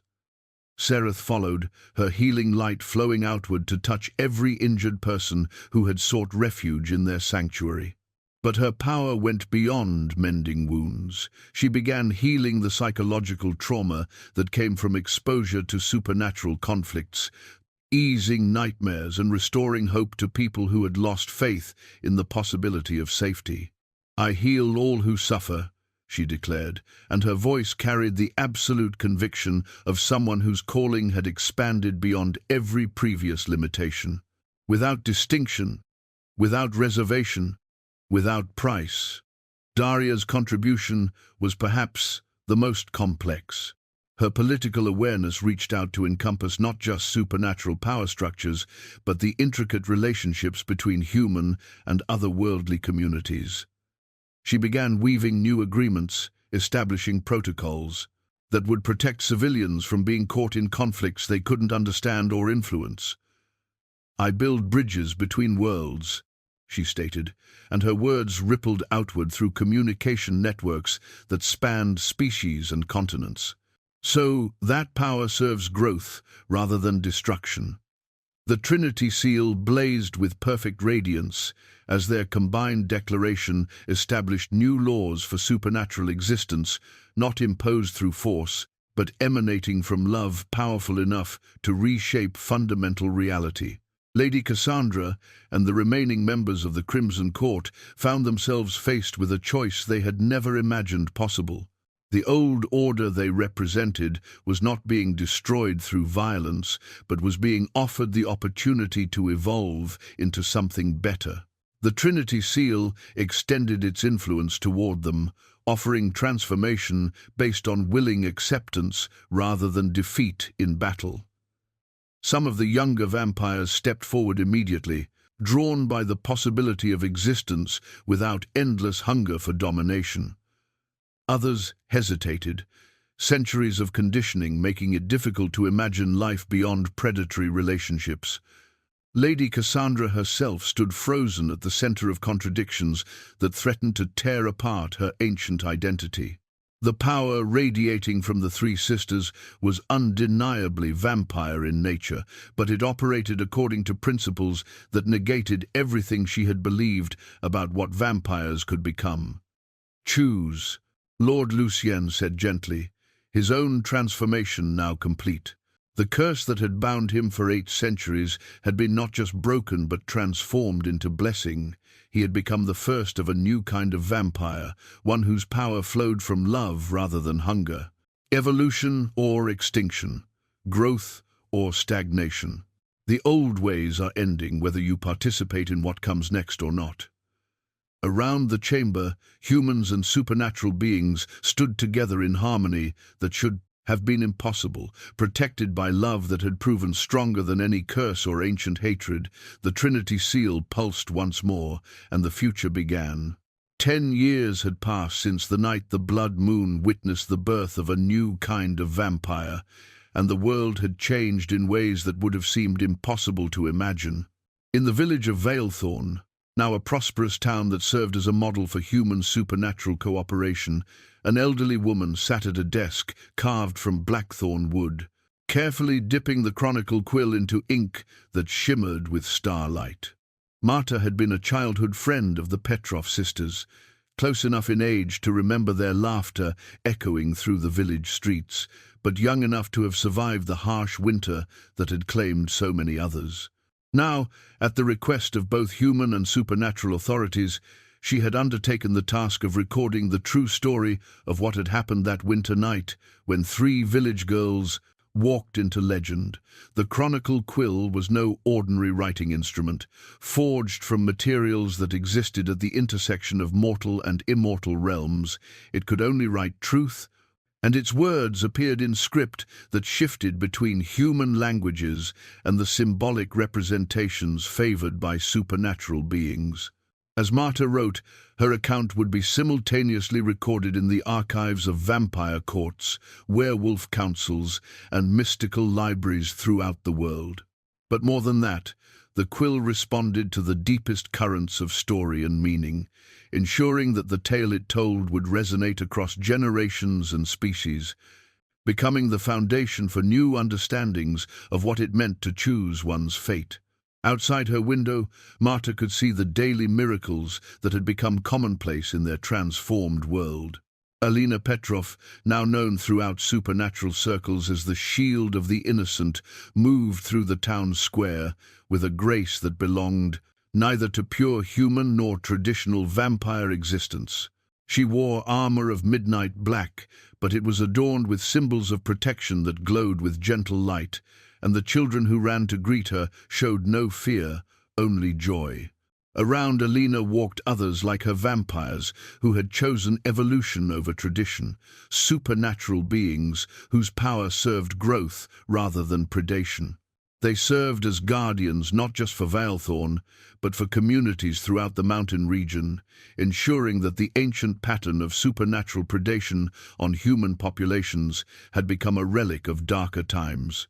In the distance, visible through the valley's morning mist, stood the sanctuary of healing that Sereth had established on the site where Blackthorn Keep had once imposed its solitary majesty. The fortress had been transformed into something that welcomed rather than threatened, its black stone walls now covered with gardens that bloomed in every season. Patients came from across continents, human and supernatural beings alike, seeking treatment for ailments that conventional medicine couldn't address. Sereth herself had become something unprecedented, a vampire whose power grew stronger through healing rather than feeding, whose immortal existence was sustained by the gratitude and renewed health of those she helped. She worked alongside Lord Lucien, their partnership having deepened into something that transcended romance to become a fusion of complementary purposes. Together, they had proven that vampire relationships could be based on mutual growth, rather than dominance and submission. But it was Darya's transformation that had perhaps created the most far-reaching changes. From her seat on the Supernatural Council, a governing body that would have been impossible before the night of the Trinity Seal, she had reshaped the political landscape of the hidden world. The Crimson Court still existed, but it now operated as one voice among many rather than an unquestioned authority imposing its will through terror. Lady Cassandra herself had eventually chosen evolution over extinction, though her transformation had taken years to complete. The ancient vampire had found it nearly impossible to abandon 8 centuries of predatory conditioning, but the persistent influence of the Trinity Seal had gradually worn down her resistance to change. She now served as an advisor on historical precedent, her vast experience proving valuable in navigating the complex process of supernatural social evolution. Marta paused in her writing, looking down at words that seemed to glow with their own inner light. The chronicle quill had been guiding her narrative toward conclusions that felt both inevitable and miraculous. She was recording not just the story of 3 sisters who had refused to accept powerlessness, but the foundational myth of a new age in supernatural existence. A knock at her door interrupted her revisions. When she opened it, she found a young woman standing in the morning sunlight, perhaps 20 years old, with intelligent eyes and the kind of determined expression that suggested she had traveled far to reach this place. "I'm looking for the chronicler," the woman said. "My name is Alina, and I've come from the eastern provinces. We've heard stories about choices that were made here, about transformation that comes from love rather than fear." Marta studied the young woman's face, seeing echoes of the same hunger for something beyond ordinary existence that had driven the Petrov sisters to accept Lord Lucien's offer. But this was different. Alina came not as a desperate refugee, but as someone seeking to understand possibilities she had only heard whispered in rumors and legends. "The stories are true," Marta said gently, "but transformation isn't something that can be given as a gift or taken as a prize. It must be chosen with full understanding of what it means to become something new." Elena's expression grew more determined. "Then I want to understand. I want to learn what the Petrov sisters learned, to see if I have the courage to make the same choice they made." Marta stepped aside, gesturing for Alina to enter. "The choice isn't the same for everyone. Each person who seeks transformation must find their own path, their own reasons, their own capacity for love, powerful enough to reshape reality." "But," she smiled, remembering 3 young women who had walked into uncertainty and emerged as legends, "but the possibility exists now. The door has been opened." As Alina settled into a chair beside the chronicle quill's glowing manuscript, Marta realized that her task was not simply to record the past, but to prepare the foundation for futures that would build upon the precedent the 3 sisters had established. Each new seeker who came to understand their story would face the same fundamental choice: accept limitation or risk everything for the possibility of becoming something extraordinary.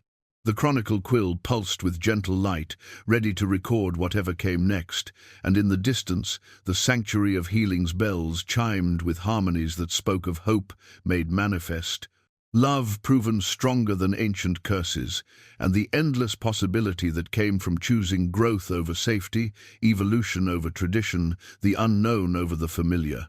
The age of legends born from choice had truly begun.